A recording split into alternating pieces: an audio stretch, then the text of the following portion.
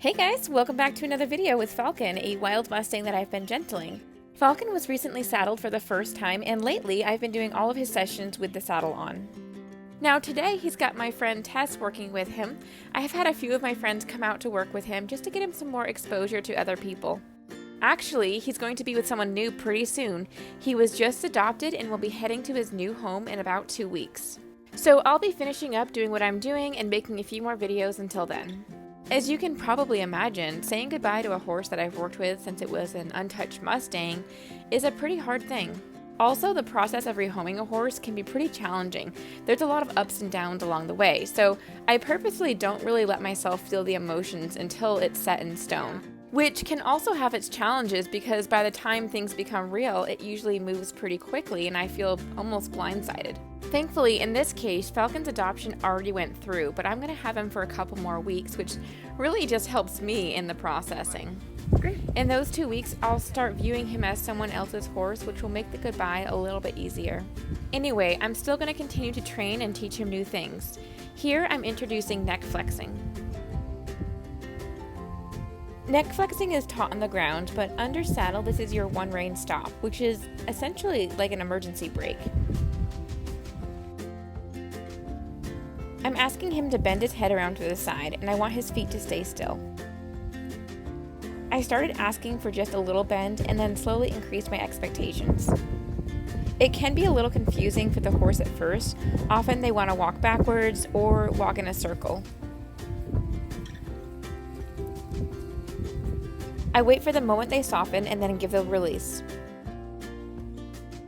Now truthfully, I think that I increased my expectations a little too quickly here. While I did break it down, I more and more see the need to break it down even further. I believe that that is where you find good training, when a trainer is able to break down a task into tiny little baby steps, and the horse is able to find success easily.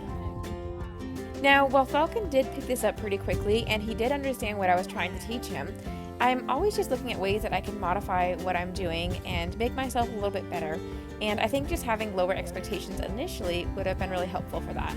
And of course, we had to do this on both sides and teach them separately.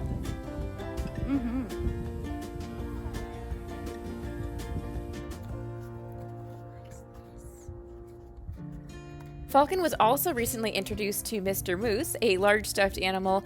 I actually got him at a thrift store for the purpose of putting on first rides on the horses. He's really big, he's bulky, so really great to just expose the horse to having something new on their back. I started out by letting Falcon just inspect it and sniff it as long as he wanted. And then we went on to lunging around the moose. If Falcon wants to stop and sniff the moose, that is absolutely okay. I really want to encourage his interactions with the moose and encourage his curiosity and help him build confidence. After inspecting it again that one time, he then felt comfortable enough to just pass by it. Then I picked the moose up to give it a new shape and let him see it in my arms.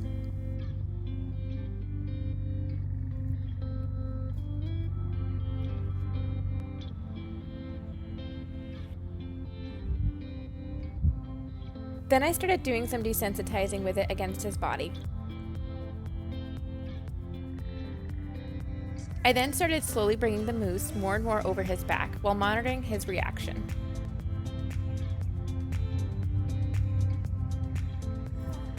I put the moose down a couple times to give her a release and then started over.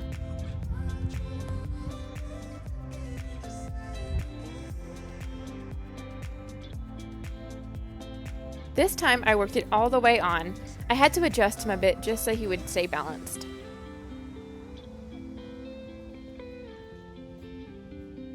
I then sent Falcon out on the lunge line, and you can tell by my big grin that I was pretty pleased with him. He is certainly a very level-headed horse and reacted great to this. As the moose was flopping around on his back, I saw it sliding off the saddle a little bit, so I yielded his hindquarters just so I could stop him enough to push the moose back up on.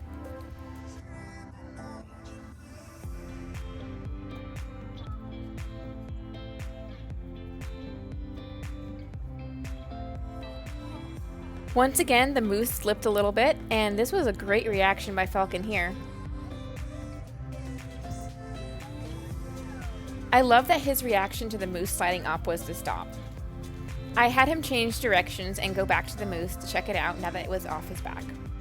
I think it's always just a good idea for the horses to be able to see what was on their back. Good job, Falcon.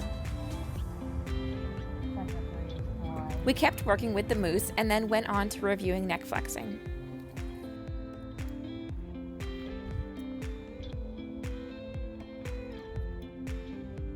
The next big milestone was Falcon having his hooves done for the very first time. He probably had the worst feet out of all the Mustangs that I've had. This is a look of his feet before. It's probably going to take several trim cycles to get his feet looking good. These are the fronts, and then these are the backs.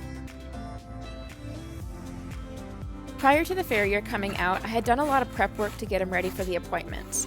I wanted to make sure that everything went smoothly, so I did a lot of groundwork and then also introduced some different tools. It came in pretty handy, and Falcon was an absolute rock star during his first appointment. The farrier had a new puppy with him that cried during the entire visit.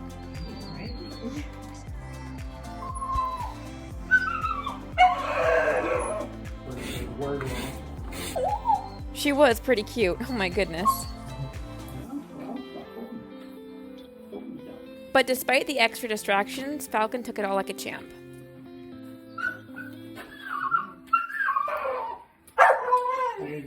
In the busyness of the morning, I forgot to get pretty hoof pictures afterwards, but here's what I have. Thank you all so much for watching. I'll see you in the next video. Bye.